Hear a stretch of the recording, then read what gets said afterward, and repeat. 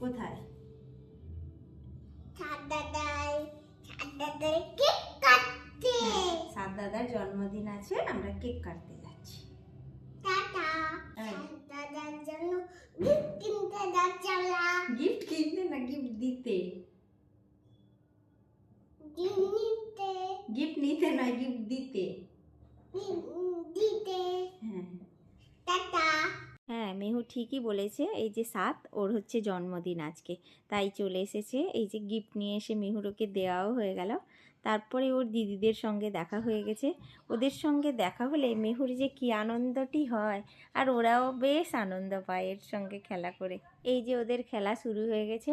যাই হোক, মাঝে মাঝে এরম বার্থডে থাকলে ওদের বেশ মজাই হয়, ব্যাপারটাকে খুব এনজয় করে, আর সঙ্গে কেক খাওয়া তো হয়েই যায়। এই যে কেকও কাটা হয়ে গেল। খেয়ে দিয়ে ফিরতে ফিরতে অনেকটাই রাত হয়ে গেছিলো আজ।